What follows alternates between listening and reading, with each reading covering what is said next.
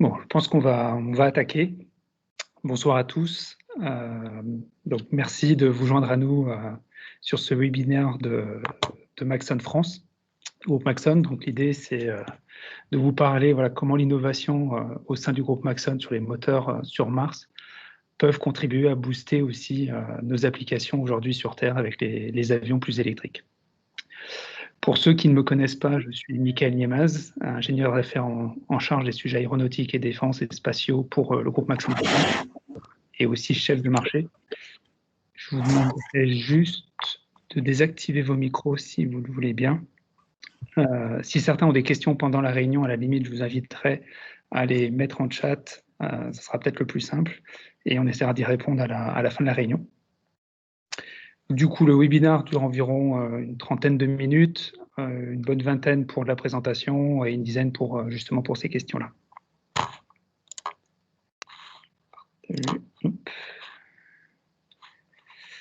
Vous devriez tous pouvoir voir normalement la présentation. Voilà. Du coup, pour ceux qui ne connaissent pas Maxon, nous sommes leaders dans la motorisation de haute précision. Nous sommes un groupe suisse présent sur 9 sites de production, que ce soit en Suisse, en Allemagne, en France, en Corée du Sud, en Hongrie ou aux États-Unis. À peu près 3000 personnes. On produit aujourd'hui 5 millions de pièces, on va dire de moteurs ou d'actionneurs autour du moteur par an, pour un chiffre d'affaires d'environ 500 millions d'euros par an. On réinvestit environ 8% de ce chiffre-là dans de la R&D, dans l'innovation. Et sur les 500 millions, on a à peu près 10% qui sont consacrés à l'aviation, à l'aérospace au sens large, donc aviation, défense et spatiale. Pardon. Sachant que nos autres business units vont être dans du médical, dans l'industrie, la robotique, les AGV. On est capable de fournir des moteurs, comme vous en voyez quelques exemples là, jusqu'à des actionneurs complets pour les différents marchés. En termes de dimension, on est connu sur des moteurs qui font à peu près 4, 5, 6 mm de diamètre, donc des choses très petites qui vont être implantables dans le corps humain, comme maintenant des moteurs qui vont faire 90, 100, 110 de diamètre, donc des choses un peu plus conséquentes. Et on atteint, on va dire, le kilowatt, quelques exceptions jusqu'à 2 kilowatts, mais voilà à peu près la range, donc quelques watts, quelques milliwatts même au kilowatt. Du coup, un sujet un peu d'actualité pour tout le monde. On en entend parler beaucoup depuis début février, pardon, et encore plus régulièrement en ce moment. Mars, la société Maxon est présente sur le sol martien depuis environ 25 ans, en collaboration avec la NASA, avec JPL, donc le Jet Propulsion Lab de la NASA, et également l'ESA. Nous sommes présents sur l'ensemble de ces rovers ou de ces sondes qui sont arrivés sur Mars. Donc les premiers, c'était juste des stations sur le sol, puis des véhicules roulants. On a, pour exemple, Pathfinder, qui est le premier véhicule qui est arrivé dans le 97. À ce niveau-là, on fournissait l'ensemble des motorisations des roues, des directions et des systèmes d'amortisseurs. Un peu plus récemment, on a eu Spirit et Opportunité, c'est ceux qui ont eu la plus grande longévité. Opportunité a parcouru quasiment un marathon, 42 km, et on était là sur le système, encore une fois, de système de roue, mais également au niveau du bras, enfin du bras-tête, on va dire, et sur l'ouverture des panneaux solaires. Un peu plus tard, 2012, on grossit en taille Curiosity, qui est l'équivalent du rover qui vient d'atterrir également. On parle d'une taille d'une Twingo à peu près. On a équipé des équipements sur le bras qui étaient capables d'aller faire des forages. L'objectif principal de Curiosity étant d'identifier des traces d'eau sur Mars. Plus récemment, on parle de 2018, on a la sonde InSide qui a atterri sur Mars. On est présent là sur l'ouverture des panneaux solaires, donc ces systèmes qui viennent tourner, s'ouvrir en étole, et également ce qu'on devine en bas à droite, qui est ce qu'on appelle la taupe, qui est un système qui a tenté pendant 2-3 ans de percer en tapant dans le sol martien, dont l'objectif était de descendre à 5 mètres de profondeur. Pour ceux qui peuvent suivre un petit peu ces actualités, On peut dire que malheureusement, cette partie-là de la mission a été un échec, non pas à cause du moteur, qui a très très bien fonctionné, même au-delà des espérances. Il était censé en fait recharger un ressort qui venait frapper une masse pour taper comme un marteau finalement cette taupe, ce cylindre. Et en fait, on va dire que le comportement du sol martien n'était pas celui de la Terre. Et quand on pensait taper, le cylindre remontait, vous en avez peut-être entendu parler. Et après 3 ans d'efforts continus de la NASA, ils ont renoncé à pousser plus loin l'expertise. Malgré tout, la mission est aussi une réussite. Pour la partie qu'on devine à gauche, le cylindre, le dôme, on peut faire cocorico également à ce niveau-là. C'est un sismographe qui a été développé par une société française. Pour nous, ce sujet-là, il a été très intéressant et très important parce que c'est la première fois où on a utilisé un moteur à balai de la nouvelle gamme DCX, pour ceux que ça peut parler, robustifié pour ce genre d'application. Ce qu'on voit sur l'ensemble de ces éléments-là, on a à peu près une centaine de moteurs depuis 25 ans sur Mars. Certains sont toujours fonctionnels. Aucune des missions n'a défailli à cause d'un moteur Maxon. Donc, on est plutôt content. La NASA, l'ESA nous font confiance et continuent à nous faire confiance. Justement, en parlant de la NASA ou de JPL, vous avez sans doute entendu parler de la mission Mars 2020. Il y a quelques années, ils ont voulu lancer en fait un robot similaire à Curiosity qui avait détecté des traces d'eau, mais l'idée, c'est cette fois-ci d'aller détecter des traces de vie, des anciennes traces de vie évidemment. Et la NASA nous a sélectionnés en nous challengeant sur différents éléments, évidemment la qualité, la fiabilité, qui est encore plus sur Mars un point important. On se doute qu'il n'y a pas de maintenance une fois qu'on est sur Mars. Les contraintes environnementales, évidemment le rendement également, parce que les batteries ou les systèmes d'énergie nécessitent d'être le plus optimisés possible, et aussi sur des éléments de poids et de compacité, comme vous le verrez. Tout ça, ça nous a obligés à innover. Comme je vous le disais au début, le groupe Maxon est composé de business units, comme on va le retrouver dans différents groupes. On a une business unit aérospace, mais pour répondre au mieux aux attentes de la NASA, on a créé en fait une petite équipe, on va dire une quinzaine, vingtaine de personnes, qui fonctionne comme une start-up. L'idée, c'était vraiment d'être agile, d'être flexible, d'être réactif et de savoir innover. Excusez-moi.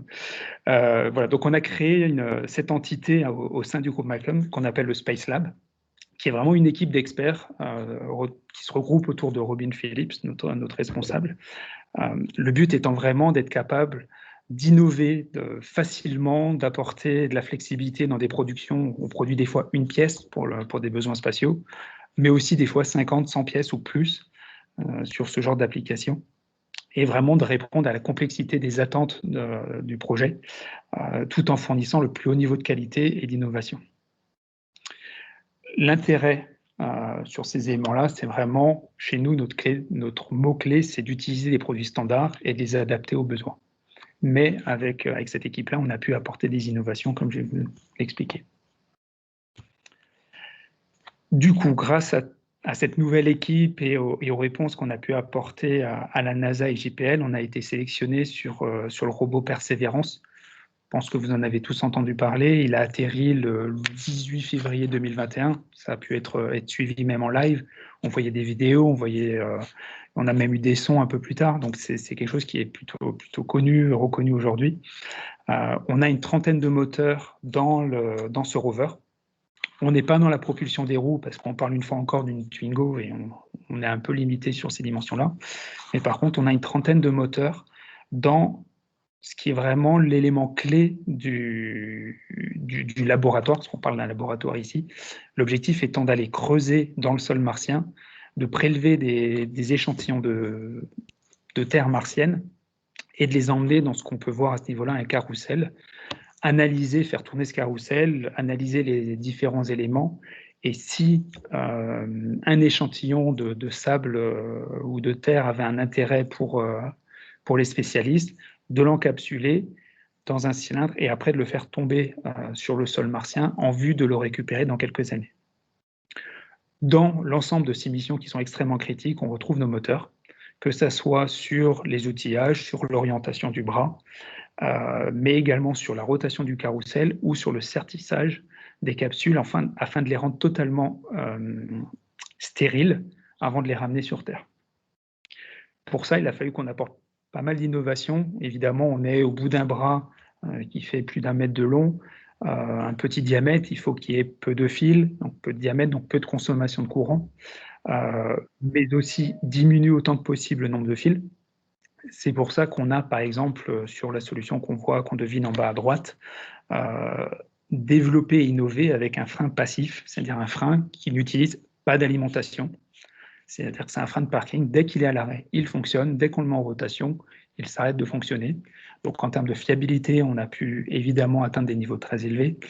On évite les pannes, on n'a pas de pièces en frottement comme on aurait des disques par exemple, et on évite 2 ou 3 fils pour le fonctionnement. De la même façon, on devine au-dessus un autre moteur sur lequel on a dû inventer un réducteur avec un extrêmement haut rendement. Quand on parle de haut rendement, pour les mécaniciens, on a tendance à considérer qu'un réducteur est réversible sur 3 étages, un ratio à peu près de 100. On est capable maintenant, avec cette nouvelle famille, d'atteindre une réversibilité sur des réducteurs avec des ratios supérieurs à 1000. Ça donne une notion, 1000-1500, on reste réversible avec des rendements supérieurs à 95% par étage. C'est ce genre d'innovation qui nous ont permis d'accompagner la NASA, avec succès évidemment. Un autre sujet d'actualité, vous avez peut-être vu, on le voit même sur Facebook actuellement ou sur LinkedIn, le drone Ingenuity. L'idée du drone, c'est uniquement de valider la faisabilité de voler sur Mars. Il n'y a pas de capteur de sonde ou quasiment rien, c'est vraiment s'essayer à voler sur une autre planète. On se doute que, étant donné l'atmosphère qui est 50 fois plus comment dire, légère, je ne sais pas si on parle de légèreté, mais en tout cas moins dense, voilà, que sur Terre, faire voler un drone comme on l'a en France ou sur Terre et le faire voler sur Mars, c'est pas du tout la même chose. Donc il a vraiment fallu rechercher la compacité et le faible poids. Et on retrouve sur ces hélices-là 6 moteurs, ce qu'on devine à ce niveau-là, 6 moteurs DCX, donc ces moteurs à balai, une fois encore, de diamètre 10, très petits, qui permettent à la fois, en fait, l'évolution des hélices, des pales, ce qui permet en fait d'augmenter la puissance à leur niveau, c'est-à-dire qu'à une vitesse donnée, en changeant l'orientation des pales, on va pouvoir faire monter ou descendre le drone et également l'orienter. C'est vraiment ce qui va permettre de diriger le drone dans une direction ou l'autre en faisant tourner plus ou moins fort la pale du dessus ou la pale du dessous. Là-dessus, on est sur des moteurs à balai. On a tendance à considérer que des moteurs à balai, dans la littérature classique, sont des applications, des éléments à risque. On a su renforcer nos moteurs à balai, qui sont capables de survivre à un décollage de fusée, à passer 6 mois dans le vide, et également à résister évidemment aux environnements, le sable, les poussières de Mars, le CO2, enfin le gaz, on va dire, l'atmosphère qui est présente aussi, et résister, on le souhaite, mais on est plutôt confiant sur les vols, les vibrations qu'il y aura. Le drone est censé voler d'ici 5 à 10 jours à peu près. Après le 10 avril, on devrait faire ses premiers vols ou premiers sauts sur le sol martien. Voilà. Ce qui est important pour nous, au-delà de l'image de marque, de travailler avec la NASA, avec l'ESA ou GPL, c'est que ça nous permet d'innover, évidemment de façon un peu forcée, accélérée, d'améliorer nos qualités et nos fiabilités, et d'apporter tous ces éléments-là sur nos produits standards ou adaptés, qu'on appelle nos produits COTS. Voilà. On a une gamme de 3 000 références, mais après on a à peu près 10 000 références spécifiques. Et ce qu'on a développé pour la NASA, on prend les réducteurs GPUP, par exemple, les réducteurs dont je vous parlais auparavant, sont déjà au catalogue Maxon et peuvent être utilisés sur des applications dans le cockpit, dans le train d'atterrissage, sur des actionneurs, voilà, sur différentes parties. Et ils le sont déjà d'ailleurs. On a certains éléments qui sont en cours de qualification sur des nouveaux avions ou des rétrofits. Voilà. De la même façon, travailler sur ces moteurs, ça nous permet d'optimiser au maximum leur consommation. Donc on optimise, on est là-dessus sur des puissances au volume exceptionnel. Et on travaille évidemment sur la robusticité de nos moteurs, c'est-à-dire que les moteurs plus classiques ou historiques auraient vu le moteur et le réducteur vissés ou collés. On a intégré une très grosse part de soudure laser sur nos process, ce qui permet d'avoir, même sur des moteurs que vous verrez sur un robot ou en chaîne de production, un corps tout inox ou tout acier en tout cas, soudé complètement. Et on évite ainsi beaucoup de problèmes d'humidité, beaucoup de problèmes de crack ou de décollement sous vibration par exemple. Et évidemment, on a adapté on sait adapter, on ne le fait pas toujours, mais on sait, dans les cas d'environnement sévère, on sait adapter les balais de nos moteurs à balais, justement, pour les robustifier, augmenter leur durée de vie ou leur résistance aux vibrations ou aux chocs. C'est des environnements, évidemment, qu'on peut retrouver sur des applications aéronautiques. On est connu sur ce qu'on va appeler la micromotorisation ou la mini-motorisation. Comme je vous le disais, on est sur des moteurs de diamètre 4 mm, classiquement jusqu'à des moteurs de diamètre 80-90. On voit de plus en plus, on développe de plus en plus des moteurs plus puissants. On intègre toujours les mêmes connaissances, les mêmes éléments de soudure, de renforcement, mais on va avoir des premiers moteurs qui montent à 2 kW. Donc, chez Maxon, on va dire que la barrière a été longtemps au demi-kilowatt. On est en train de monter en puissance sur des besoins plus gros pour des actionneurs en particulier aéronautiques. On a aussi maintenant des versions frameless qui permettent finalement, en conservant certaines pièces standards de notre catalogue, d'avoir des versions avec un rotor et un stator séparés qui permettent une meilleure intégration dans vos systèmes. En termes de fiabilité, on a également, ça va parler à certains, développé une gamme de propulsion. Donc on va être sur on peut propulser des véhicules, des drones, aujourd'hui on va dire sur du 15, 20, 25 kg le moteur. Donc après ils peuvent être multipliés. C'est des choses, on voit de plus en plus de demandes avec, on va dire, l'augmentation des attentes aéronautiques, de standardisation au niveau Europe, même des drones qu'on trouvera sur le marché. Et on va trouver aussi des systèmes un peu plus hybrides avec des possibilités d'aération qui permettent de pousser les puissances de nos moteurs. Voilà. Donc tous ces éléments-là, combinés au renforcement qu'on a pu voir auparavant, nous permettent vraiment de répondre aux nouveaux marchés. Je vous parlais des drones, on est présent sur différents drones évidemment. On voit un exemple de Flybotics, mais on est sur des drones beaucoup plus imposants. Et on va le voir de plus en plus avec des drones qui font des 10, des 20 mètres d'envergure, où cette fois-ci, on veut pouvoir s'intégrer dans le ciel français, dans le ciel européen, donc pas uniquement du militaire, et il va falloir fiabiliser, garantir que les moteurs, ou en tout cas que le drone ne va pas tomber en panne au cours d'un vol. De la même façon, on en entend beaucoup parler, on est présent et on répond de plus en plus à des attentes et on accompagne nos clients sur des systèmes de ce qu'on va appeler les VTOL. Donc, c'est tous ces petits véhicules de différentes formes. Alors, un exemple, le Vahana d'Airbus, mais on peut en imaginer plein. Sur des systèmes électriques, des drones, des taxis volants, par exemple, électriques, avec des propulsions généralement distribuées. On peut imaginer avec nos moteurs des actionneurs, la propulsion elle-même, les ouvertures de portes, les essuie-glaces, enfin voilà, beaucoup d'actionneurs qui vont se retrouver, entre guillemets, miniaturisés par rapport à un avion classique, mais on va retrouver ces éléments-là. Et évidemment, de plus en plus, des avions complètement électriques. On sait que c'est l'objectif, en tout cas la version hybride puis électrique, où en augmentant nos tailles de moteur, nos puissances, mais également nos tensions d'alimentation, on permet d'accompagner, de répondre mieux à ce marché-là. En augmentant les tensions de nos moteurs, c'est-à-dire qu'habituellement, on a tendance à considérer des moteurs entre quelques volts à 70 volts. On regarde maintenant, on travaille maintenant sur des moteurs qui vont aller à 110, 150, voire au-delà, afin de baisser en face le courant, évidemment, et de permettre une meilleure distribution de ces moteurs au sein de l'avion.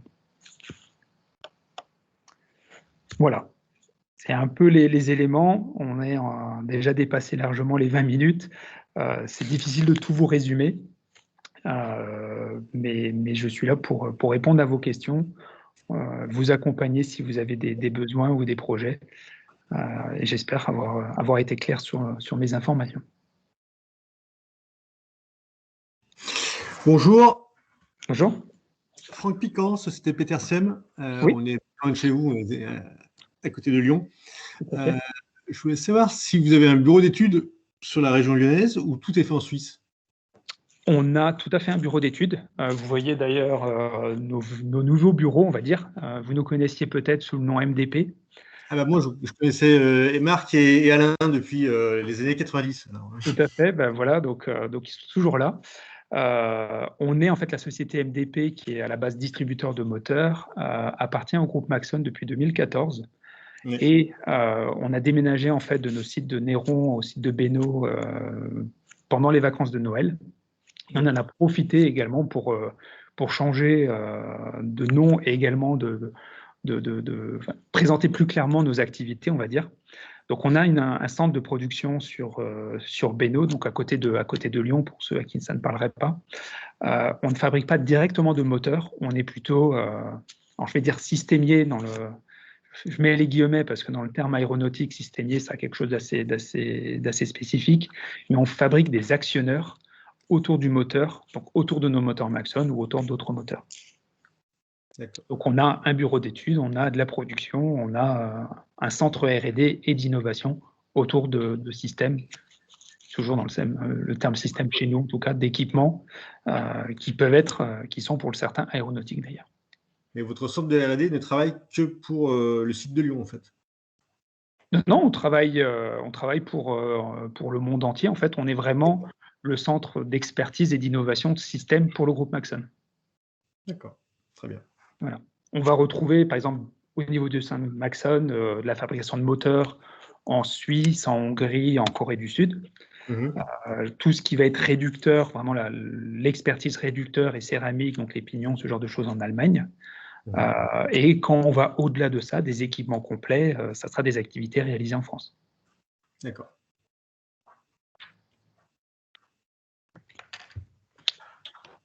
Y a-t-il combien de personnes environ en R&D et production de ces équipements en France? Alors en France, actuellement, on est 70-80. Du coup, en R&D, on va être une vingtaine ou une trentaine de personnes, je pense. Peut-être un peu moins, je suis peut-être un peu marseillais, 15-20 personnes en études. Après, il y aura de l'industrie.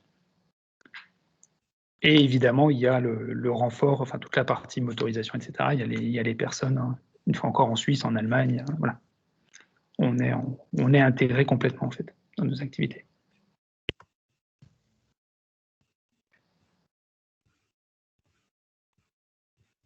Avez-vous d'autres questions? Baptiste Walquin, Hutchinson, est-ce que par rapport à ces ces accompagnements de moteurs, vous avez des besoins spécifiques sur peut-être du refroidissement et de la tuyauterie associée pour ces moteurs spécifiques et qui peuvent avoir des nouvelles applications, comme vous l'avez expliqué, sur des VTOL ou autres? Ça peut arriver.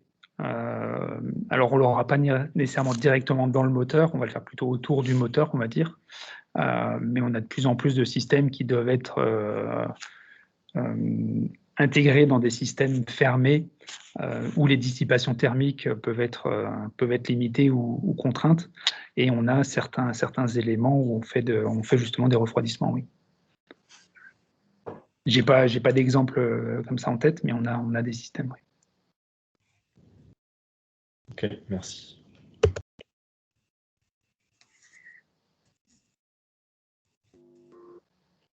Avez-vous d'autres questions ou d'autres remarques Bonjour, Sandrine Tavernier, Société Oui. GGB. Moi, je voulais savoir, vous parlez de pièces qui ne devaient pas être en frottement, donc vous avez des problématiques de tribologie. Vous avez des besoins par rapport à ça, justement, pour limiter les frottements dans vos moteurs?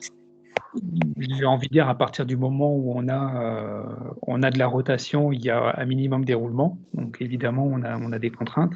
Après, sur tout ce qui est réducteur, on va avoir aussi du frottement. Si on regarde les moteurs uniquement, on va avoir les roulements et sur les cas des moteurs à balai, les balais eux-mêmes. Donc les balais, c'est des éléments très spécifiques où on a notre propre expertise.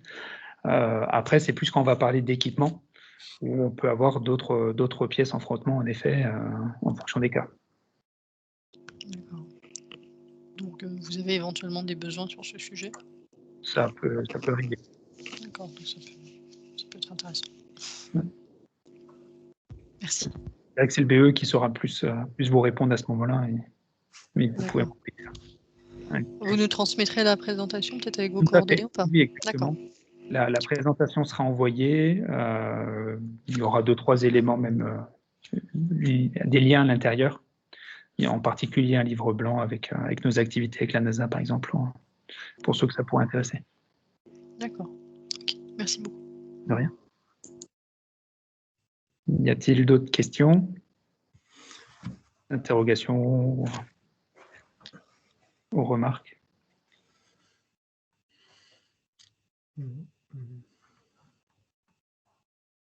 Non, mais écoutez, dans tous les cas, voilà, moi je vous laisse mes coordonnées. Vous les recevrez également en présentation. N'hésitez pas à revenir vers moi ou d'autres personnes au sein du groupe Maxon s'il y avait d'autres questions, d'autres éléments.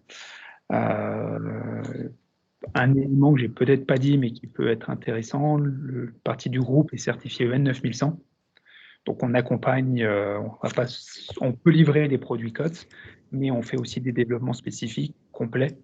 Où on accompagne sur une spec, sur un SEW, enfin un élément complet pour nos clients. Voilà. On ne fait pas que du moteur industriel, on va sur des développements complets aéronautiques. Un élément qui peut avoir son importance aujourd'hui. Voilà. Bah, écoutez, si vous n'avez pas d'autres questions, je vous remercie en tout cas de votre intérêt pour notre webinaire. J'espère avoir répondu à vos interrogations ou en tout cas avoir suscité de l'intérêt. N'hésitez pas à revenir vers nous. Et il me reste à vous souhaiter une bonne fin d'après-midi, une bonne semaine et à bientôt, j'espère.